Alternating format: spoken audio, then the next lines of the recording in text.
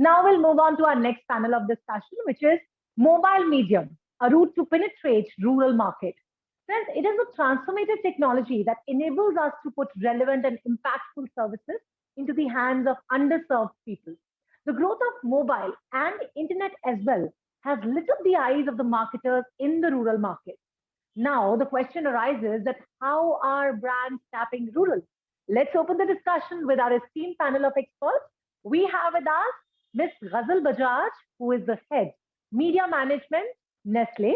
Welcome, Ghazal, to our discussion. We have with us Mr. Sagar Bokhe, who is the head customer and shopper marketing, food and beverages, Tata Consumer. Welcome, Mr. Sagar. We have another esteemed panelist with us, Mr. Saurabh Agarwal, who is the head analytics and digital marketing. Welcome, Mr. Agarwal. He is from Lenskart, I must tell you. We have Mr. Vignesh Murali Bhatt. He is the head of marketing, brand and corporate communications, Equitas Small Finance Bank. Welcome. So I would request Mr. Naresh Gupta, who is the co-founder and managing partner, Bang in the Middle, BITM, to moderate this discussion. Over to you, Naresh.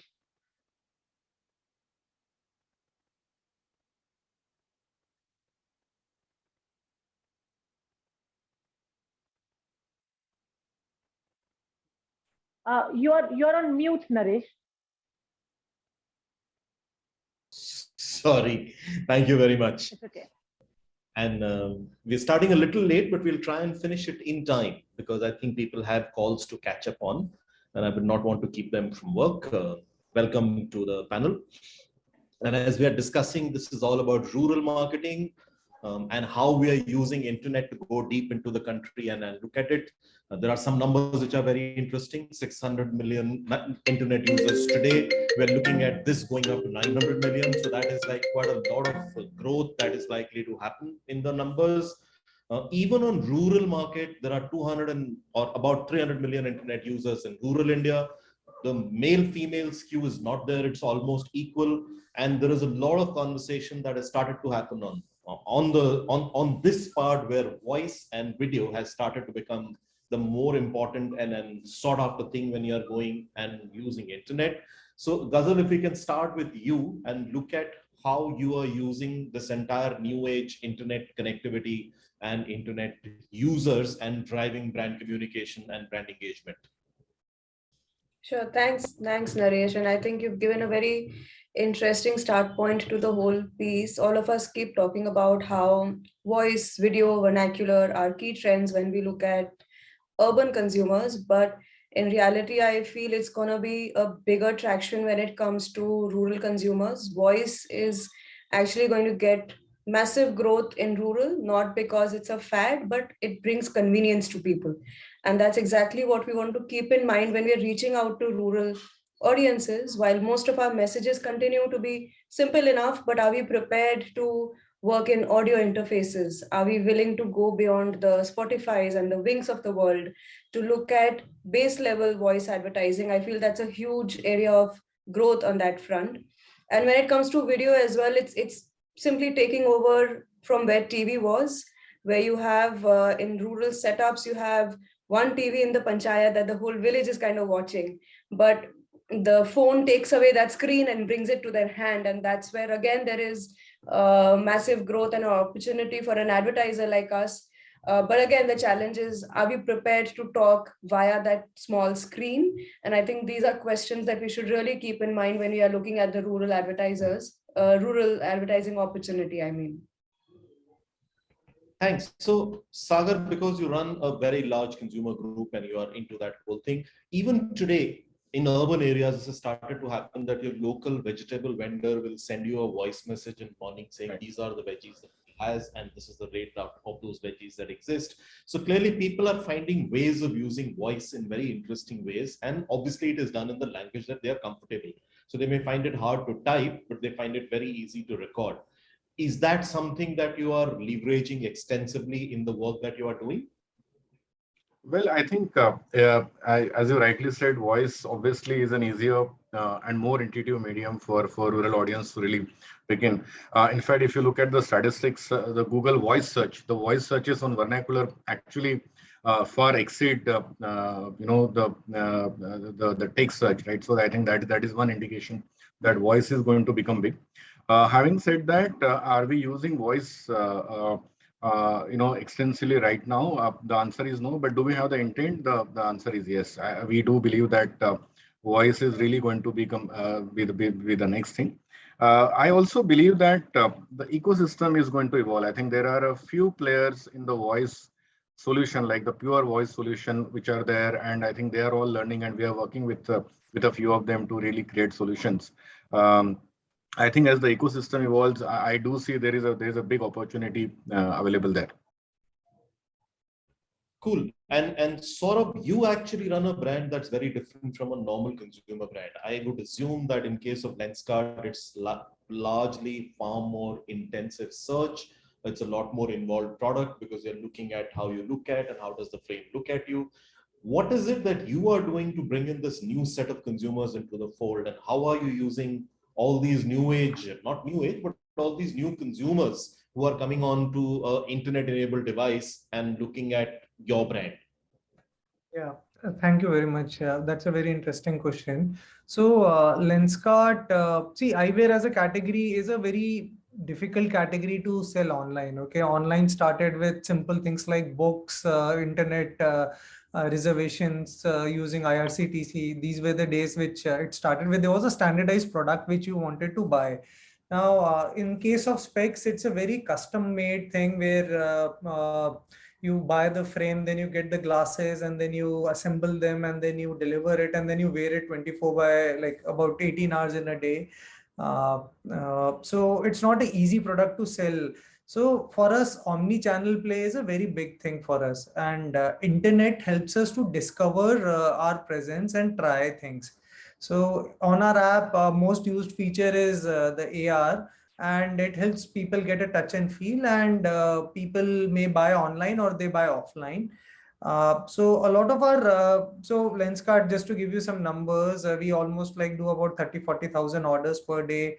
And we have about like in 1 year during Corona times, I think so, I joined Lenskart about a year back. We have about 650 stores. Today we stand at about inching towards 900, and another, by the time we end up this year, it will be about 1100 stores. So we are expanding very rapidly. But our store presence helps us get our digital presence as well, and vice versa. Plus, what we are doing is we are leveraging a lot of media channels like YouTube, TV, and all to do some digital integration. So we did a lot of campaigns during IPL where we asked people to try AR, and they will win free eyeglasses every minute. And we got a huge surge in our traffic. So basically, there is a call out to do an action on the phone. Now, another integration we worked out recently is, which we are going right now, is with the television program called Saregama Pa on Zee TV. So people go watch, and that's a program in Hindi, and it's watched very extensively, and it airs on Saturday and Sunday. And then people have been told to go and vote on Lenskart app. And then we use that as an integration to give them experience or coupons and vouchers, and take them into the journey. But it becomes a lead generation platform. So we are also trying something with Marathi, with Tamil. So we are using the traditional mediums and a bit of local to drive traffic, and do something more in an omni-channel way. And what we have seen is people might do first offline, and then they go online, or they will watch us. So the thing is, people who watch Netflix, people who watch Hotstar, people who use Paytm, people who have credit card, very less, to be honest. Okay, with all of those things, and then people who are ready to go and buy something like a specs, which is a difficult category, online. While the opportunity is huge, every family has like almost 40-50% of people wearing specs, and especially with an age of 45 plus, we'll be having almost 70% people wearing. So it's a great opportunity for us, but I would say the exponential growth will come in when people discover us and trust us.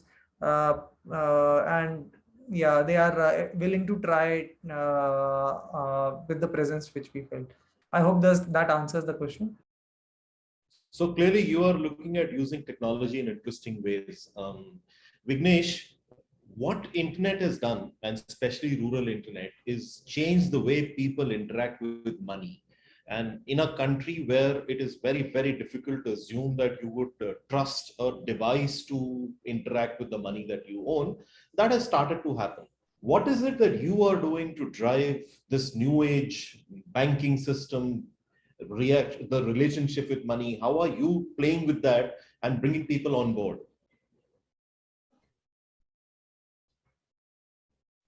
Thank you, Naresh. Thank you, Naresh. Thank you. So, Naresh, I would like to bring a broad perspective here. I think I want to split the world into two parts: pre-COVID, post-COVID. Right. So today, if you look at the biggest disruption which is happening, is that till 2019-20, yes, the entire banking was anyway moving toward digital. So none of the people used to visit bank branches. They used to do the entire transaction in their mobile app or internet banking, right? Our entire footfalls walking to a branch is less than 5%, right? This is both in terms of metro, urban, and also the same pattern happens in rural. Now, post-COVID, what has happened is the biggest disruption has happened in the payment space, right? All of you must be aware that when this entire peak COVID happened, you would have seen the lot of data which has come from RBI also. The UPI transactions have gone up, right? So this entire big driver of change has happened from the rural market. For Equitas, the entire payment cycle is moving towards the mobile. So here for us, mobile becomes a very important driver for us in terms of connecting with the rural customer. Now, there are certain things which we are doing as a brand in terms of connecting people from the rural market. First, rural India is becoming more aspirational. They are, if you look at the consumer segment, they're all now used to the same thing of what called convenience. They're all used to Swiggy's, they're used to Netflix, Amazon's. So they want things to be delivered at a faster speed. So as a banking brand, as a brand in this particular space, we also need to start investing in terms of how are we going to connect with the customer, the entire convenience part. So our more focus is on delivering on the UI UX perspective. How do we ensure they deliver the same content in the local language? See, English is still, most of the brands today use on English, but I think BFSI brands have started accepting the fact that we have to talk the local language. We need to communicate the same, understanding the culture and deliver the message in the vernacular language. So post 2020, post the COVID era, we have started investing quite a bit of money in terms of on technology and also using vernacular as a communication tool to engage and also acquire customers. I hope I will answer this question. Cool. I'll come back to you, Ghazal. See, at least in the FMCG market, we know that language works.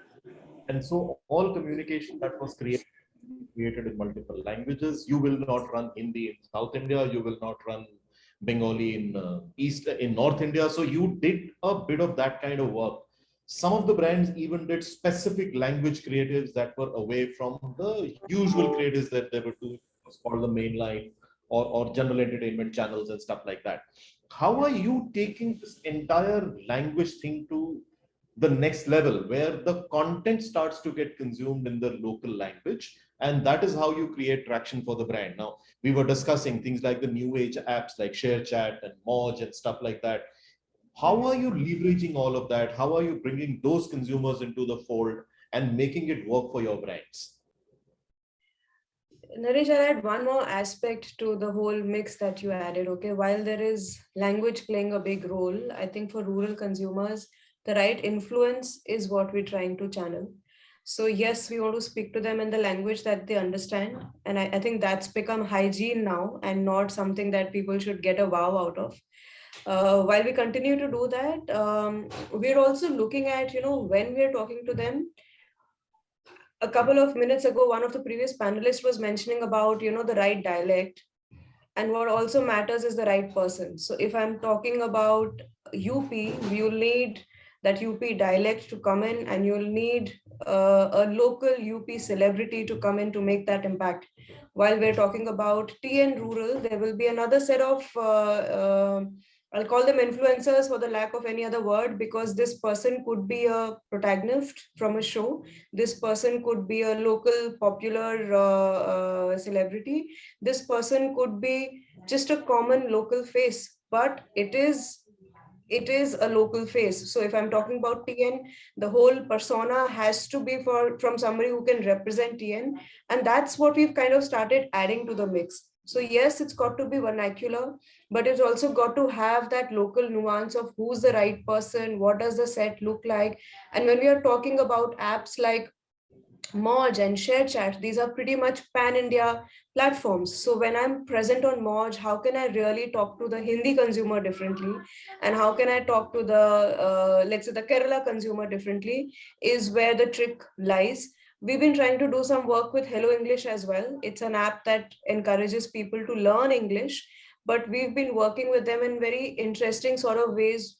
For example, Munch talks a lot about confidence, and that's exactly what English brings to a lot of people still, unfortunately, in the country. And but yet it becomes that right platform to talk about, a chocolate brand where there is a massive amount of young talent trying to learn English. And Munch is pretty much the right, brand to go there because it talks to rural audiences. So, and if you notice, even the large platforms that we work with, something like a YouTube or a Facebook, they're coming up with special middle India packages, which are the right ones to leverage when you're talking about these rural audiences.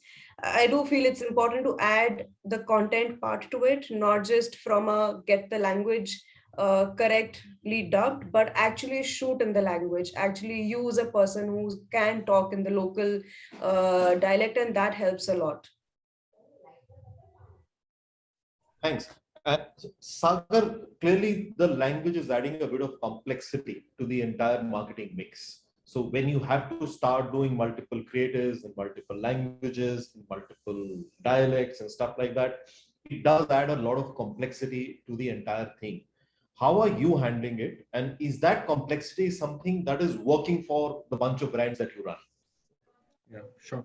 I think, as you rightly said, FMCG from the marketing communication point of view, surely because of the reach of the brands that most of the FMCG brands have, we have been adopters of languages pretty early, and I would say the same thing we have really transferred to the digital ecosystem as well.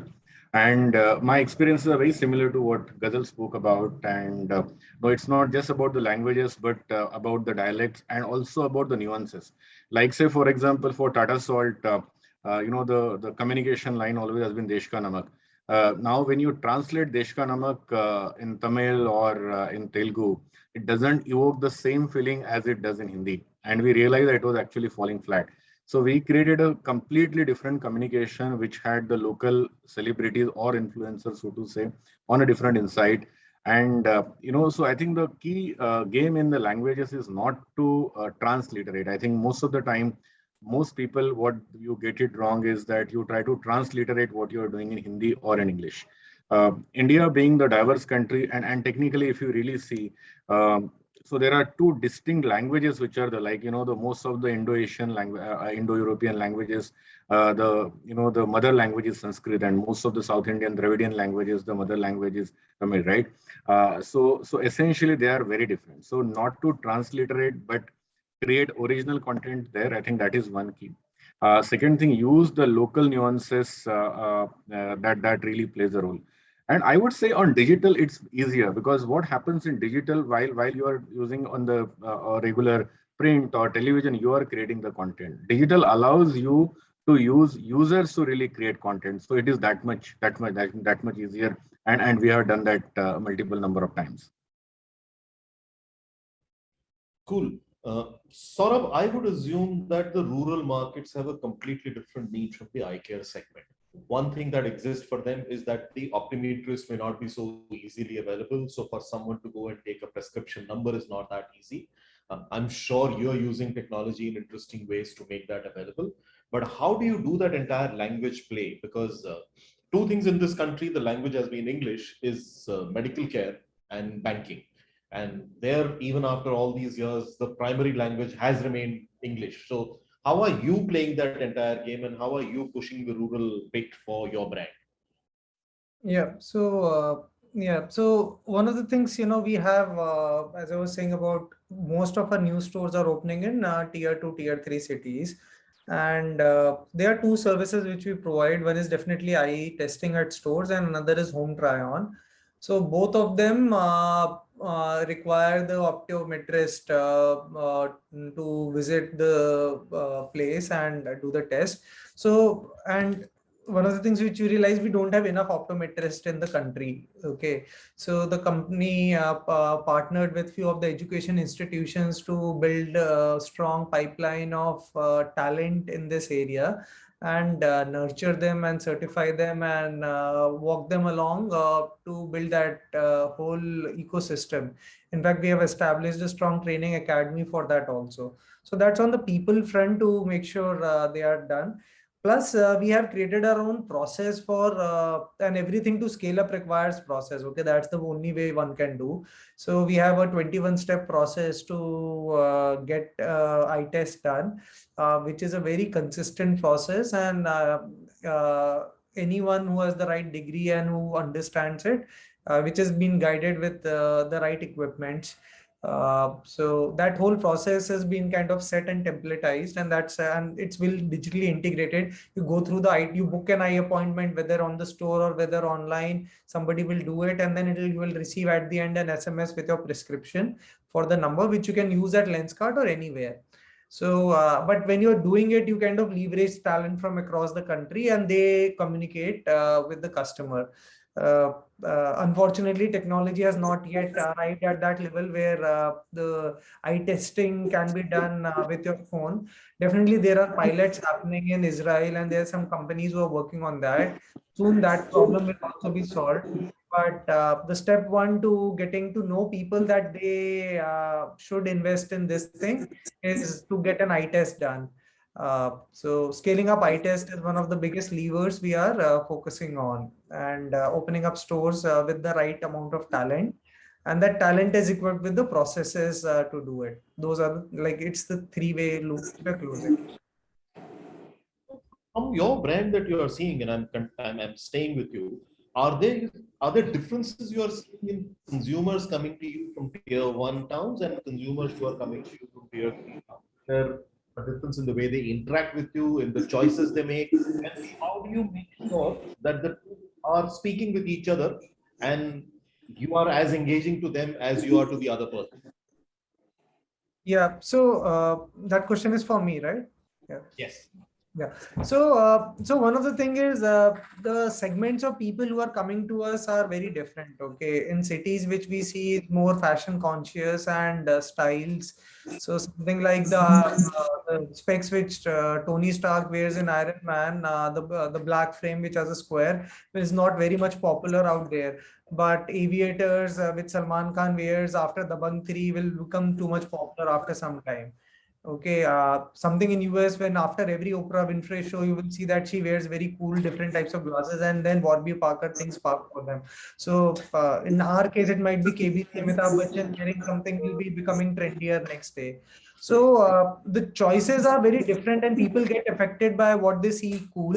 Eyewear is becoming from an essential to a fashion. People used to keep only one, now they are moving into multiples. But they have some things like fashionable things like your sunglasses, plus a lot of contact lenses and colored contact lenses are become pick up a lot. Recently, like in this whole Shadi season, this picks up like anything.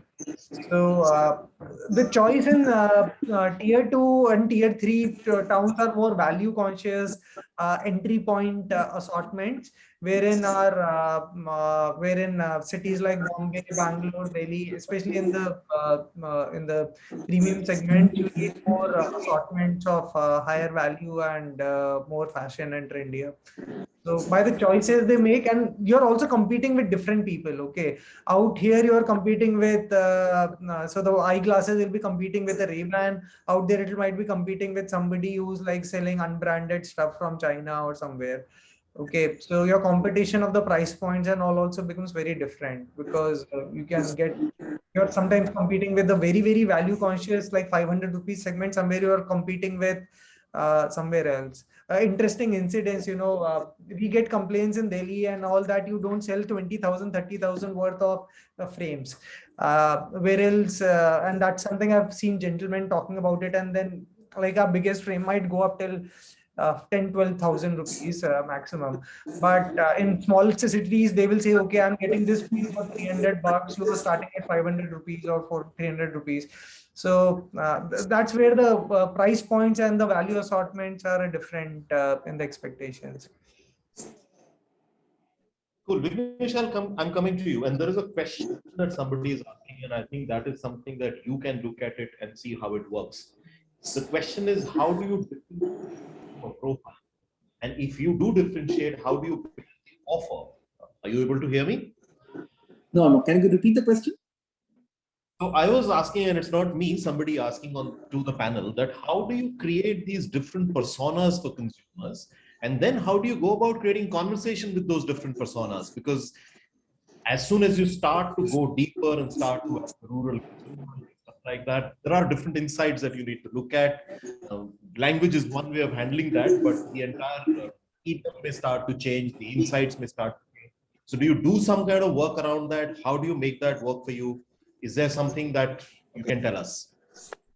Great. So the thing here is we are in the banking sector, right? And for us, the most important part is on the big data, right? We have close to around 3 million customers of banking with us, right? And there are different personas. The traditional route of classifying these customers would be easy a senior citizen, easy a woman, easy from 25 to 30, easy a millennial.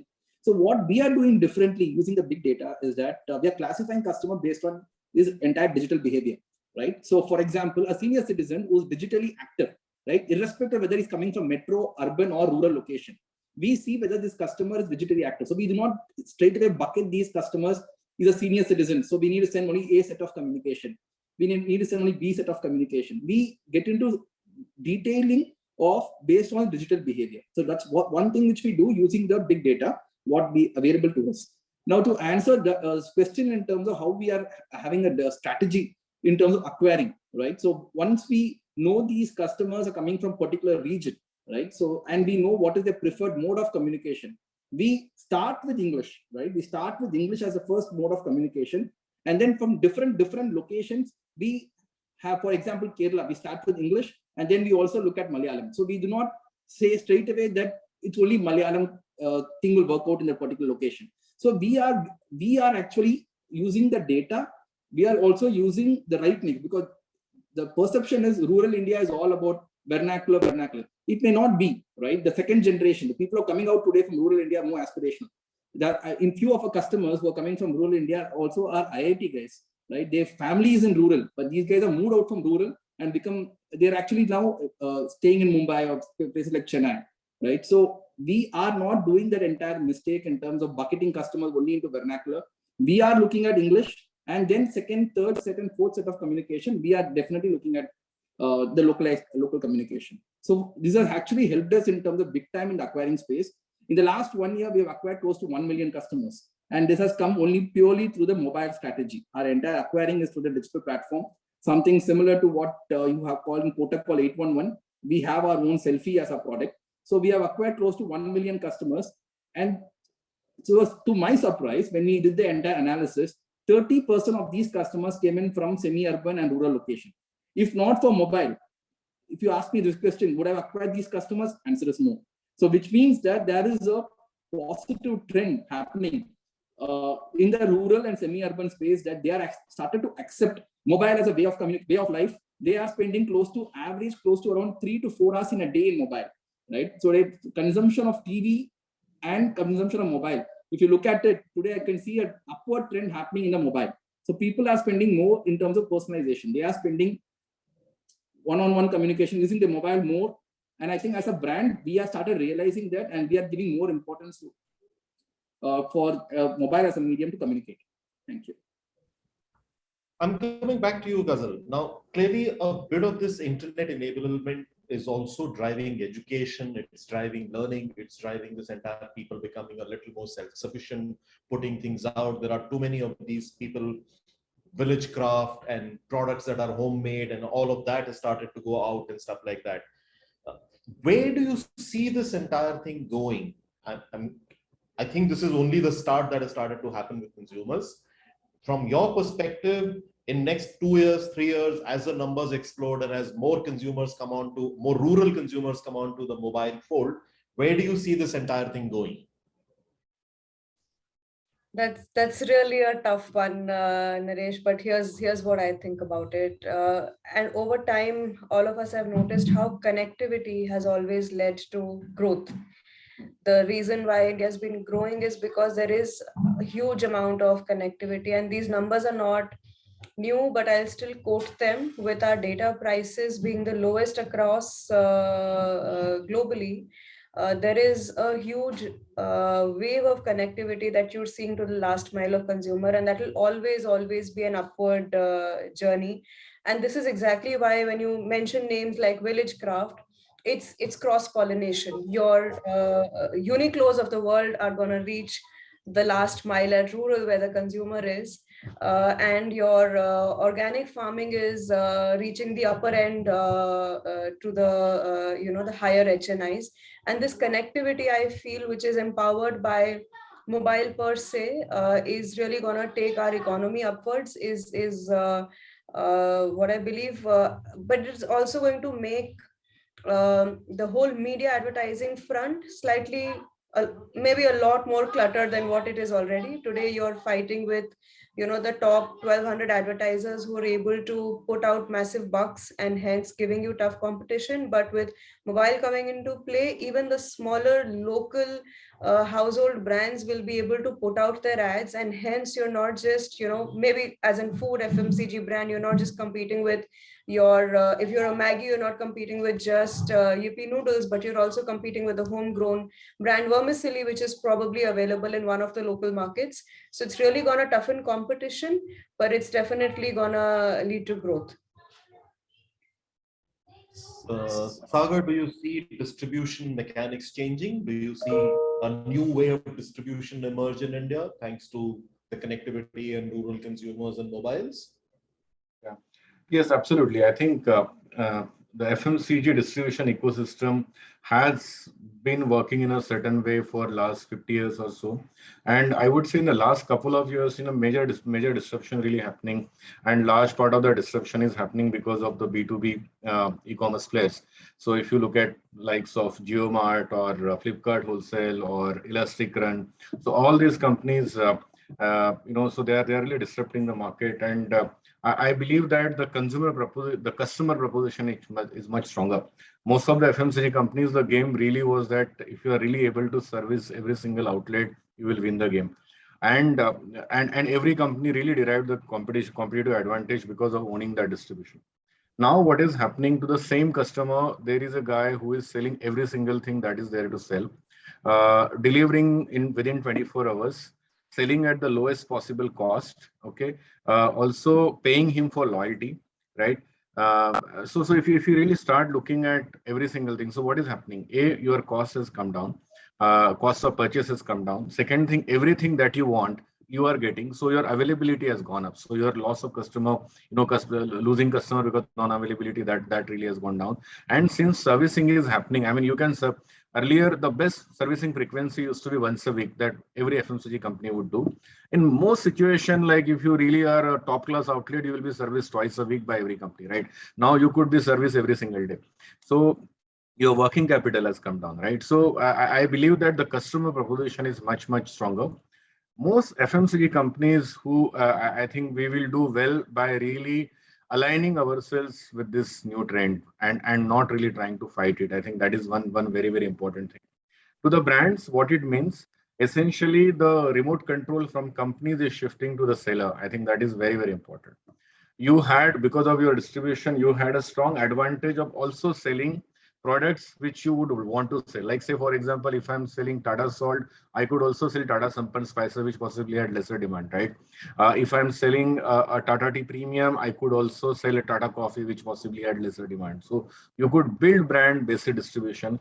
Moment an aggregator is going, he's selling what sells, because finally the model is very different.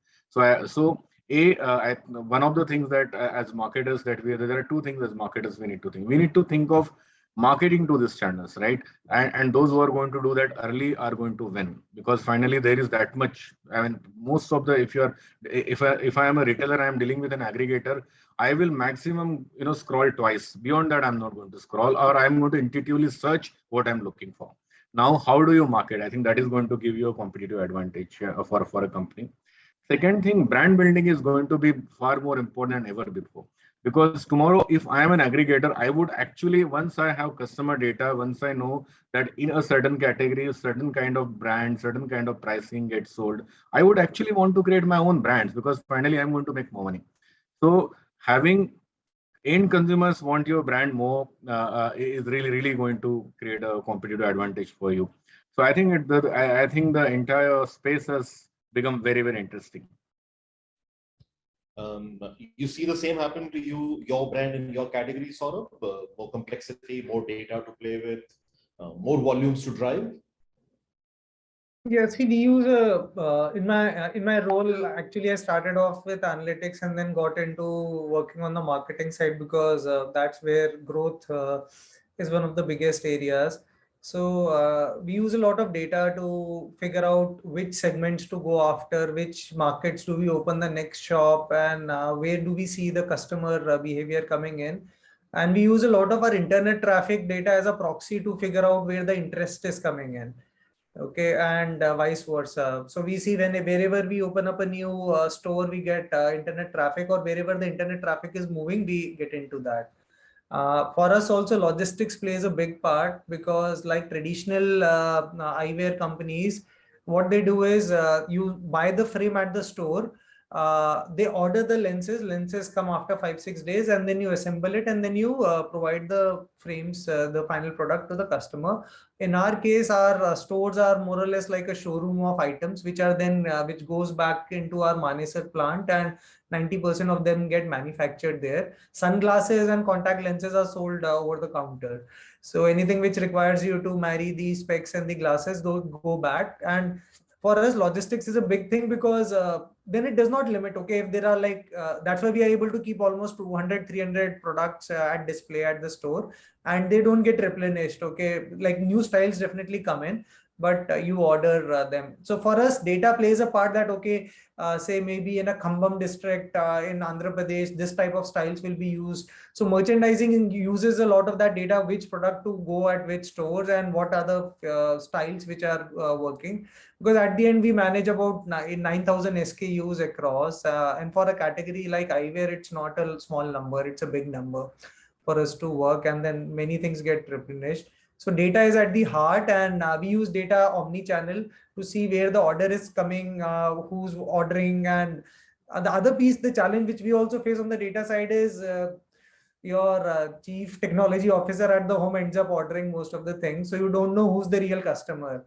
So is your mom is ordering, or you are ordering? And then somebody would have a progressive, and somebody will have a bifocal, and then there's a kid. So the household view needs to come us, because for us, the customer and the consumer are a little different. So yeah. So Vignesh, last words from you. Will the speed of internet start to matter, and will that change banking? Are you looking at people coming into the world of money and using the internet? Is that going to change the way India interacts with money? Yeah, I think RBI is very clear, right? So I think if you look at the fintech which has come in the last 2 years, you see how credit has taken over the entire market space, right? The entire credit card payments has completely changed. You saw how Paytm has taken the entire scan and pay model to a different league. You have seen how Google Pay is disrupting the entire payments market, right? I think so. For the banking to survive, right? For the banking as a category to scale up, adopting to digital, adopting to mobile first is going to be the most important thing. And Equitas, we understood this entire trend, and we started collaborating with fintechs. So if you see, we already have a tie-up with NeoX, who's actually, we are partnered with them to source these customers. And to acquire more customers, we need to adapt as mobile as a route to get these customers, because overall it's going to help us in reducing our cost of operation, right? So fintech is one route we have already taken. We are investing quite a bit of money in terms of digital, both in terms of the mobile space and the technology space. So I think this is going to be the way forward. I think when consumers are, and all these things have happened because of the demand from the consumers. As I told you in the opening remarks, today consumers are used to applications like Netflix, Amazon, Flipkart, Swiggy, Ola. So the most important thing is convenience. They do not want anything more than 5 minutes, and they do not want any brands to tell them, do it this way. They would only want, hey, I want this, yeah, get me this in 5 minutes. Be it account opening or be it mobile banking transaction, or if you're looking at upsell or cross-sell or any of the products, they want to do it on their own. Anything, if you want to do it on your own, convenience comes in, and banking is, I think, has already changed. The way people bank has changed.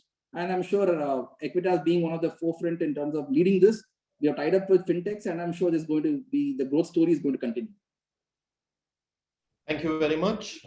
I think there are some interesting times ahead because clearly the penetration of mobile is not going to stop. So clearly more consumers will come into the fold, and be it packaged goods or be it money, I'm sure the times are going to be far more interesting. And I think we're going to see a completely new way of doing brands and marketing in this country. That's what all four of you tended to suggest. Thank you very much. I think we are much in time. Pleasure having you all. Thank you so much. And I totally agree to what Vignesh has said at the end. And it was lovely to hear you all, and all the very best to you, to all our eminent speakers, I must say. And thank you so much, Naresh, for moderating this session so very well.